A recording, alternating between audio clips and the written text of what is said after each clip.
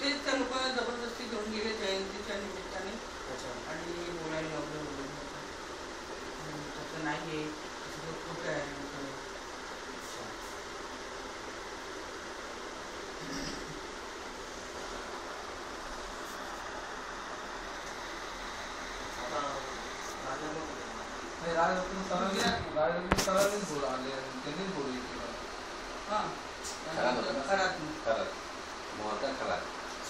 जास्त डॉमिनेशन केलं तर प्रेक्षक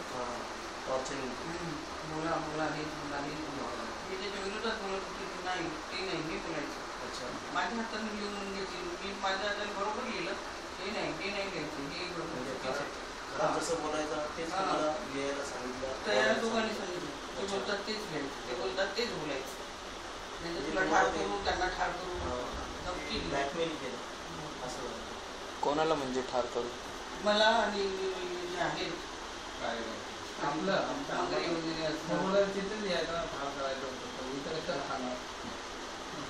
आणि याचा हातपाय चोरून फिरायचे संपून टाकून एवढं फिरायचे पण हातपाय तर तो घेऊन गेला ना मला, म्हणून त्याला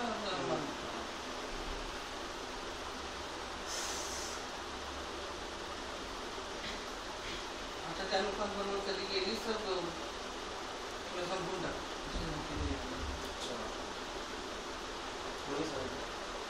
राजरत्न आणि खराब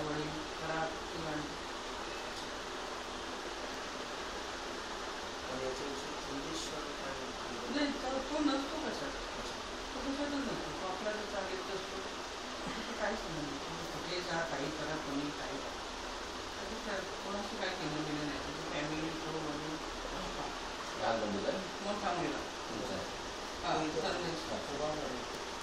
वर राहतो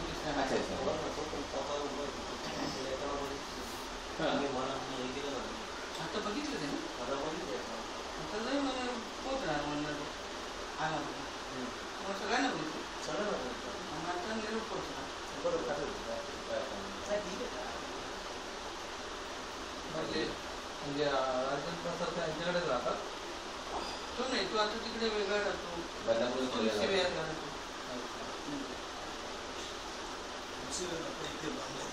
हा तिकडे स्टेशनकडे.